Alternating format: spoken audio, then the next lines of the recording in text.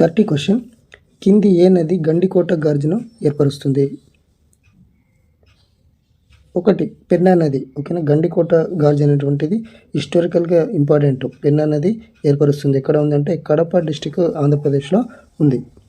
ఈ విధంగా ఉంటుంది గార్జ్. పెన్నా రివర్ ఏర్పరుస్తుంది గండికోటది.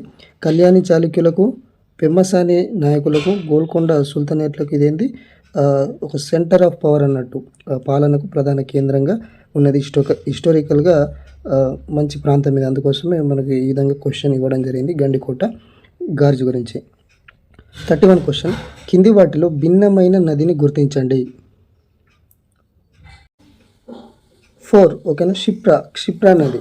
ఈ చెంబల్, బెట్వా, కేన్ నదులు అనేటువంటిది యమునా నదికి ఉపనదులు అయితే ఈ క్షిప్రా అనేటువంటిది చెంబల్కు ఉపనది. ఓకేనా. కాబట్టి ఇది భిన్నమైన నది అవుతుంది. 32 క్వశ్చన్. కింది ఏ నదిని చౌక్ నది అని పిలుస్తారు? చౌక్ నది అని పిలుస్తారు. ఆప్షన్ 3 రివర్ శారదా రివర్ను మనము చౌక్ రివర్ అని పిలుస్తాము. దీన్ని కాళీ నది అని కూడా అంటాము. ఎక్కడ ఆరిజినేట్ అవుతుంది? ఇది మిలాంగ్ గ్లేసియర్, నేపాల్ హిమాలయాస్లో శారదా రివర్ ఆరిజినేట్ అవుతుంది. దీన్ని ఏమంటామంటే మనము చౌక్ రివర్ అని అంటాము. క్రింది వాటిలో బ్రహ్మపుత్ర నది ఎడమ వైపు ఉపనదిని గుర్తించండి. 4 లోహిత్ అనేటువంటిది బ్రహ్మపుత్ర నది ఎడమవైపు ఉపనది. మానస్, సుబాన్సిరి, సంతోష్ అనేవి కుడివైపు ఉపనదులు ఇవి. 35th question. కింది సింధు నది ఉపనదుల్లో భిన్నమైన దాన్ని గుర్తించండి. 4 సట్లెజ్. ఓకేనా. సట్లెజ్ అనేటువంటి నది టిబెట్లో జన్మిస్తుంది. మిగతావన్నీ మన ఇండియాలో జన్మిస్తాయి. సట్లెజ్ ఒక్కటి టిబెట్లో జన్మిస్తుంది. ఇది 3 దేశాల గుండా ప్రవహించే నది. సింధు నది ఉపనదుల్లో పొడవైన నది. ఓకేనా. జీలం నది అనేటువంటిది ఎక్కడ జన్మిస్తుంది? కాశ్మీర్ లోయలోని పీర్పంచల్ దిగువ భాగాన వెరీనాగ్ ప్రాంతంలో జన్మిస్తుంది. చీనా రివర్ అనేటువంటిది హిమాచల్ ప్రదేశ్లో, లాహుల్ రీజియన్లో హిమాచల్ ప్రదేశ్లో జన్మిస్తుంది. నెక్స్ట్ రివర్ రావి అనేటువంటిది హిమాచల్ ప్రదేశ్లోని Kangra district of Multan tehsil of Kangra డిస్టిక్లో ఉంది, జన్మిస్తుంది. సట్లెజ్ విషయానికి వస్తే river Sutlej is one of the major tributaries of Indus, only tributary of Indus which originate from Tibet. ఓకేనా. కాబట్టి సట్లెజ్ అనేటువంటిది భిన్నమైంది. ఎక్కడ ఉద్భవిస్తుంది అంటే టిబెట్లో రక్షస్థల్ అనేటువంటి లేక్లో. ఓకేనా. ఇది ఎక్కడ ఉంటుంది? మానస సరోవరంకు దగ్గరగా ఉంటుంది. నెక్స్ట్ ఇంకో క్వశ్చన్. ప్రపంచ నీటి దినోత్సవం ఏ రోజున నిర్వహిస్తారు? 2 మార్చి 22న ప్రపంచ నీటి దినోత్సవం నిర్వహిస్తారు. ఏప్రిల్ 22లో వరల్డ్ ఎర్త్ డే, దరిద్ర దినోత్సవం. అదేవిధంగా జూన్ 22న మనకి ఏముందనంటే జూన్ 22లో వరల్డ్ రెయిన్ ఫారెస్ట్ డే అనేటువంటిది ఉంది. ఇక ఆగస్టు 22 విషయానికి వస్తే ఆగస్టు 22 అనేది కూడా చాలా ఇంపార్టెంట్. ఎందుకంటే మహాత్మా గాంధీ స్వదేశీ మనకు స్లోగన్ ఇవ్వడం జరిగింది. ఫారెన్ విదేశీ దుస్తులను కాల్చివేసే కార్యక్రమం కూడా చేపట్టారు. ఆగస్టు 22 స్వదేశీ స్లోగన్ ఇవ్వడం జరిగింది. Gandhi burnt the whole foreign cloths in 1921 August 22. ఇది ఆగస్టు 22 ఇంపార్టెన్స్. ఇక మిగతా విషయానికి వస్తే 22 March world water day, 23 March world meteorological వాతావరణ దినోత్సవం, 24 మార్చ్ వరల్డ్ ట్యూబర్కులోసిస్ డే, క్షయ దినోత్సవం.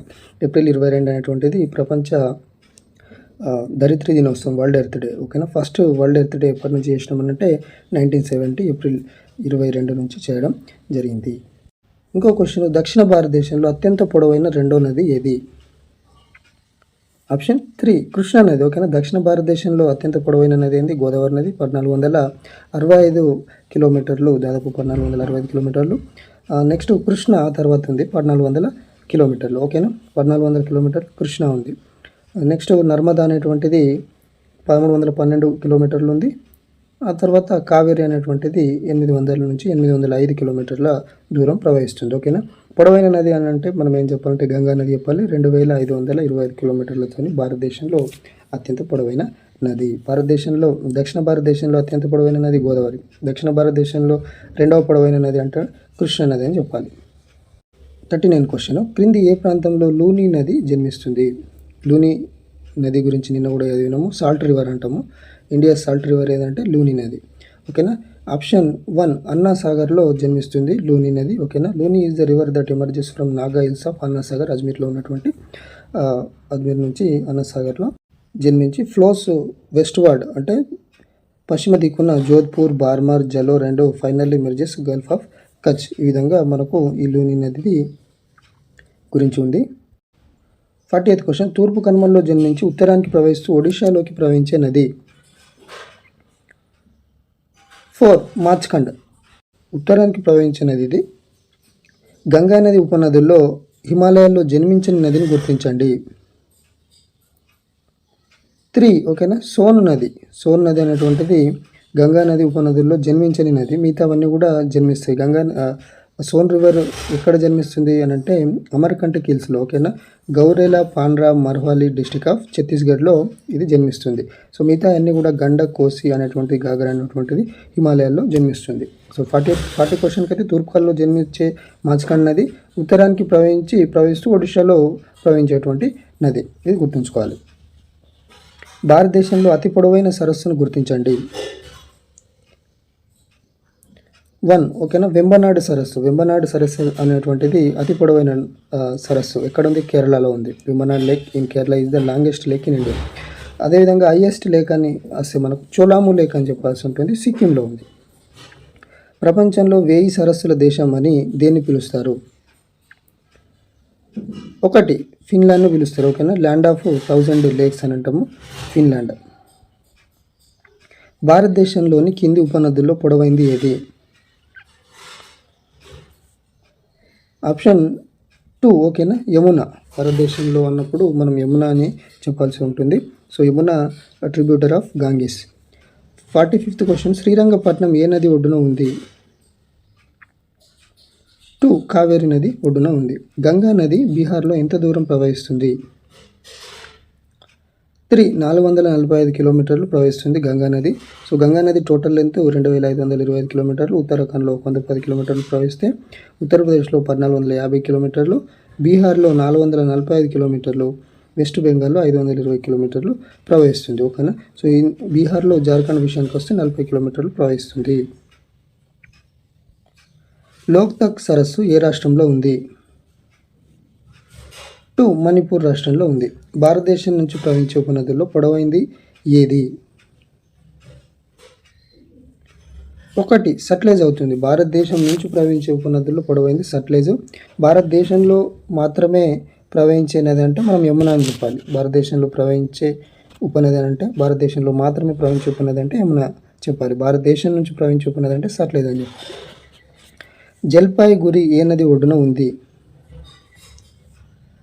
3 తీస్తా నది ఒడ్డున ఉంది, ఓకేనా. జల్పాయిగురి అనేటువంటిది పశ్చిమ బెంగాల్ రాష్ట్రంలోని ఒక నగరము.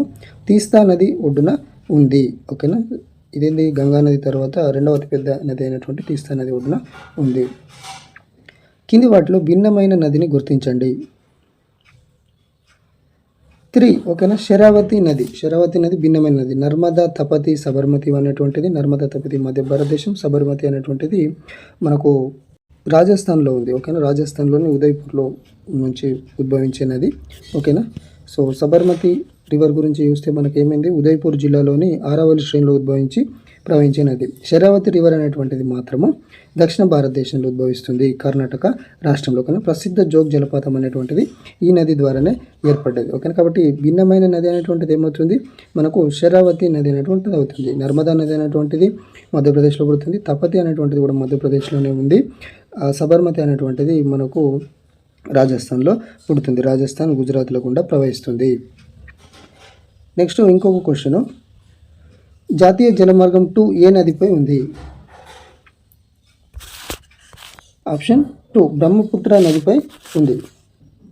నేషనల్ వాటర్ వే గురించి మనం మాట్లాడినప్పుడు, నేషనల్ వాటర్ వే మనకు జాతీయ జలమార్గం 2 ఎక్కడ ఉన్న క్వశ్చన్ చూస్తే మనకి ఏముంది, బ్రహ్మపుత్ర రివర్, ఓకేనా. బ్రహ్మపుత్ర దుబ్రి నుంచి సాదియా వరకు 891 కిలోమీటర్ల లెంత్తో ఉన్నది జాతీయ జలమార్గము. Location Assam. So national waterway 1 అనేటువంటిది మనకు ఉత్తరప్రదేశ్, బీహార్, జార్ఖండ్, వెస్ట్ బెంగాల్ గుండా ఉంది.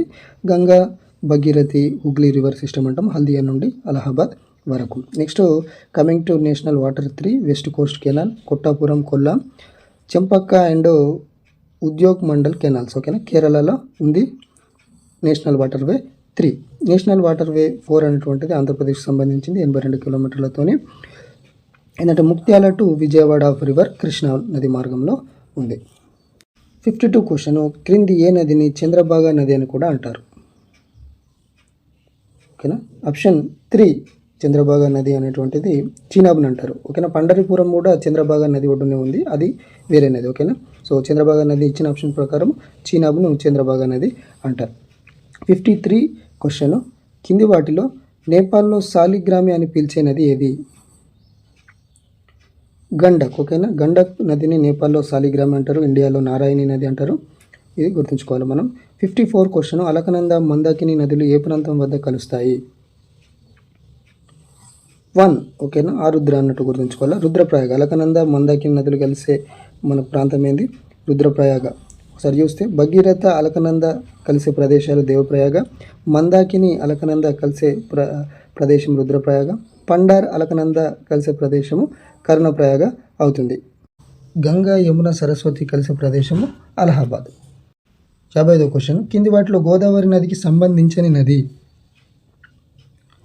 3 మున్నేరు నది. ఓకేనా. మంజీరా, మానేరు, ప్రవర అనేటువంటి ట్రిబ్యూటరీస్ ఆఫ్ గోదావరి. మున్నేరు అనేటువంటిది కృష్ణా నదికి ఉపనది. Munneru is the tributary of Krishna.